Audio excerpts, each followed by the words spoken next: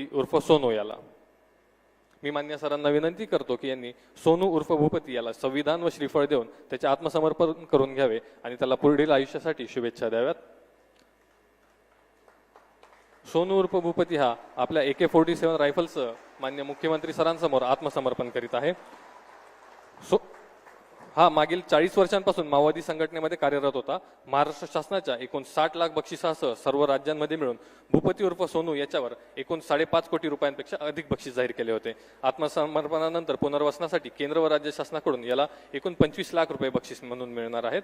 तसेच दिनांक 1 जानेवारी 2025 रोजी भूपती उर्फ सोनू याची पत्नी DKZCM तारक्का सीडाम हिने मान्य मुख्यमंत्री तथा गृहमंत्री महाराष्ट्र राज्य श्री देवेंद्र फडणवीस सर यांच्या समोर आत्मसमर्पण केलेले होते। मान्य मुख्यमंत्री तथा गृहमंत्री महाराष्ट्र राज्य श्री देवेंद्र फडणवीस सर यांच्या प्रयत्नांमुळेच इतक्या मोठ्या प्रमाणावर मार्ग भरकटलेले माओवादी सदस्य आत्मसमर्पण करून ते लोकशाहीच्या मुख्य प्रवाहामध्ये सामील होत आहेत व त्यांचे जीवन सुखकर होत आहे। याबद्दल आजच्या या कार्यक्रम प्रसंगी सोनू उर्फ भूपती याची पत्नी तारक्का सीडाम यांच्याकडून मान्य मुख्यमंत्री सरांना पुष्पगुच्छ देऊन त्यांचे आभार व्यक्त केले जात आहेत।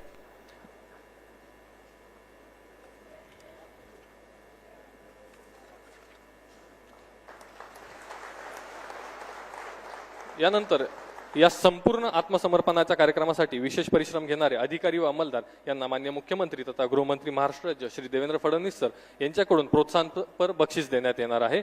मी मान्य सरांना विनंती करतो की सरांनी आपल्या हस्ते या बक्षिसाचे वितरण करावे। यासाठी